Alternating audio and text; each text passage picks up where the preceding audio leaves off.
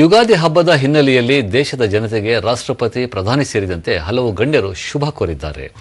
ರಾಷ್ಟ್ರಪತಿ ದ್ರೌಪದಿ ಮುರ್ಮು ತಮ್ಮ ಸಾಮಾಜಿಕ ಜಾಲತಾಣದಲ್ಲಿ ಹೊಸ ವರ್ಷವನ್ನು ಸ್ವಾಗತಿಸಲು ಯುಗಾದಿ ಹಬ್ಬ ದೇಶದ ವಿವಿಧ ಭಾಗಗಳಲ್ಲಿ ವಿಭಿನ್ನವಾಗಿ ಆಚರಿಸುತ್ತಿದ್ದು, ಭಾರತದ ಶ್ರೀಮಂತ ಸಂಸ್ಕೃತಿ ಮತ್ತು ವೈವಿಧ್ಯತೆಗೆ ಸಾಕ್ಷಿಯಾಗಿದೆ.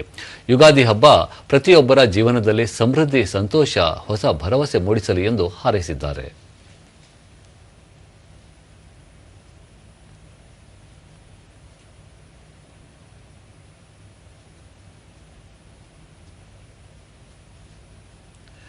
ಉಪರಾಷ್ಟ್ರಪತಿ ಸಿಪಿ ರಾಧಾಕೃಷ್ಣನ್, ನವ ಸಂವತ್ಸರ ಯುಗಾದಿ ದೇಶದ ನಾಗರಿಕರಲ್ಲಿ ಶಾಂತಿ, ಸಮೃದ್ಧಿ ನೆಲೆಸುವಂತಾಗಲಿ ಎಂದು ಶುಭ ಕೋರಿದ್ದಾರೆ.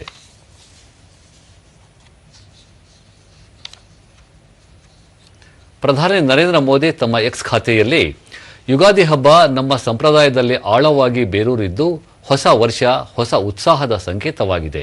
ಈ ಹೊಸ ವರ್ಷ ಪ್ರತಿಯೊಬ್ಬರೂ ತಮ್ಮ ಗುರಿಗಳನ್ನು ಪ್ರಾಮಾಣಿಕತೆಯಿಂದ ತಲುಪಿ ಸಮಾಜದ ಏಳಿಗೆಗೆ ಸಕಾರಾತ್ಮಕವಾಗಿ ಕೊಡುಗೆ ನೀಡುವಂತಾಗಲಿ ಎಂದು ಹಾರೈಸಿದ್ದಾರೆ.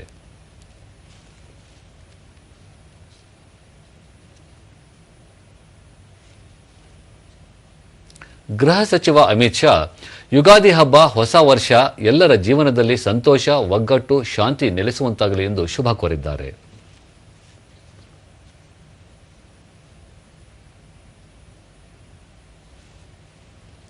ಕೇಂದ್ರ ಸಚಿವ ಎಚ್.ಡಿ. ಕುಮಾರಸ್ವಾಮಿ, ಚಾಂದ್ರಮಾನ ಯುಗಾದಿ ಹಬ್ಬ ಸಮತೋಲಿತ ಬದುಕಿನ ಪ್ರತೀಕವಾಗಿದ್ದು, ಸುಖ ದುಃಖಗಳನ್ನು ಸಮಾನವಾಗಿ ಸ್ವೀಕರಿಸಿ ದೃಢ ಮನಸ್ಸಿನಿಂದ ಮುನ್ನಡೆಯಬೇಕು ಎಂದು ಕೋರಿದ್ದಾರೆ.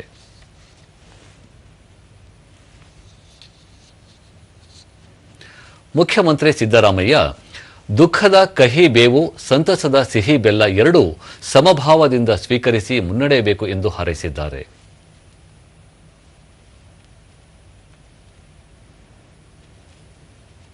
ಉಪಮುಖ್ಯಮಂತ್ರಿ ಡಿಕೆ ಶಿವಕುಮಾರ್, ಹಳೆಯ ನೆನಪುಗಳ ಬೇರು ಭದ್ರವಾಗಿರಲಿ, ಹೊಸ ಆಶಯಗಳ ಚಿಗುರೊಡೆದು ಪ್ರತಿಯೊಬ್ಬರ ಮನ ಸಮೃದ್ಧವಾಗಿರಲಿ ಎಂದು ಶುಭ ತಿಳಿಸಿದ್ದಾರೆ.